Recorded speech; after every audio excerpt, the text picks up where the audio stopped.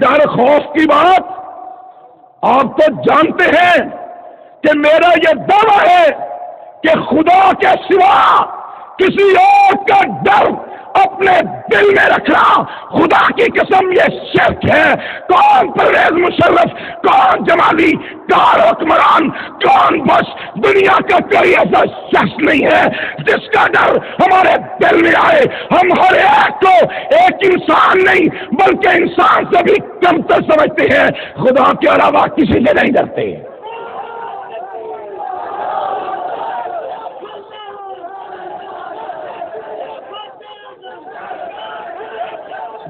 ڈر شر والی گل کوئی نہیں، ڈر شر والی گل یہ دلوں تو ہی کر دیو نا ڈر۔ پھر اللہ کے بعد ڈر رکھیں کس کس کا رکھوں؟ پرویز مشرف، پھر اور جرنیل، پھر جناب وزیر اعظم، پھر وزیر، پھر خدا کا ڈر نکلا تو پتہ نہیں کس کس کا آئے گا۔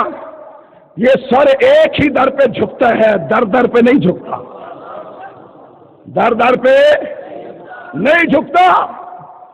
تو دوستو، سپاہ صحابہ کے پلیٹ فارم سے ہمارا مرکزی نقطہ کیا تھا؟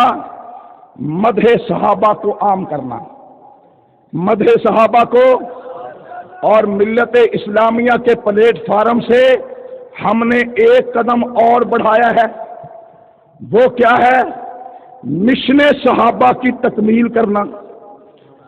مشن صحابہ کی، پہلے ہم صحابہ کی تعریف کرتے تھے، مدح کرتے تھے، اب وہ چھوڑیں گے نہیں، بلکہ اس کے ساتھ ساتھ جس مقصد کے لیے صحابہ نے جانیں دی، جس مقصد کے لیے مکہ مدینہ چھوڑا، جس مقصد کے لیے علم اسلام لے کر وہ پوری دنیا میں گھوم گئے، آج ہر مسلمان دعا کرتا ہے اللہ موت مدینے میں آئے، اللہ قبر کے لیے مٹی مدینے کی ملے۔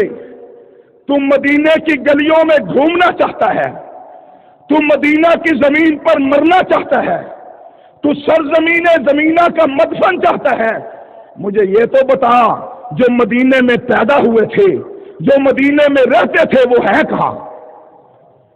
ابو ایوب انصاری رضی اللہ تعالیٰ عنہ جو میزبان پیغمبر تھے، جاؤ مدینہ کے قبرستان میں تلاش کرو، تمہیں میزبان پیغمبر مدینہ میں نظر، وہ تو قسطن دنیا کی دیواروں اور فصیلوں کے سائے میں سو رہا ہے۔ وہ لوگ جو مدینہ کے رہنے والے تھے، کوئی دیوبند میں آرام کر رہا ہے، کوئی ملتان میں سویا پڑا ہے، کوئی کابل میں ہے تو کوئی چائنا کی دیواروں کے پاس ہے، کوئی پرتگال میں ہے تو کوئی جزائر، کوئی پرتگال میں ہے تو کوئی پھر افریقہ کے جزیروں میں پڑے ہوئے ہیں۔ آج اگر وہ وہاں آرام کر رہے ہیں تو اس بات کی دلیل ہے کہ وہ ایک مشن، ایک کاز کے لیے مکہ اور مدینہ کو چھوڑ گئے، پوری دنیا میں گھوم گئے۔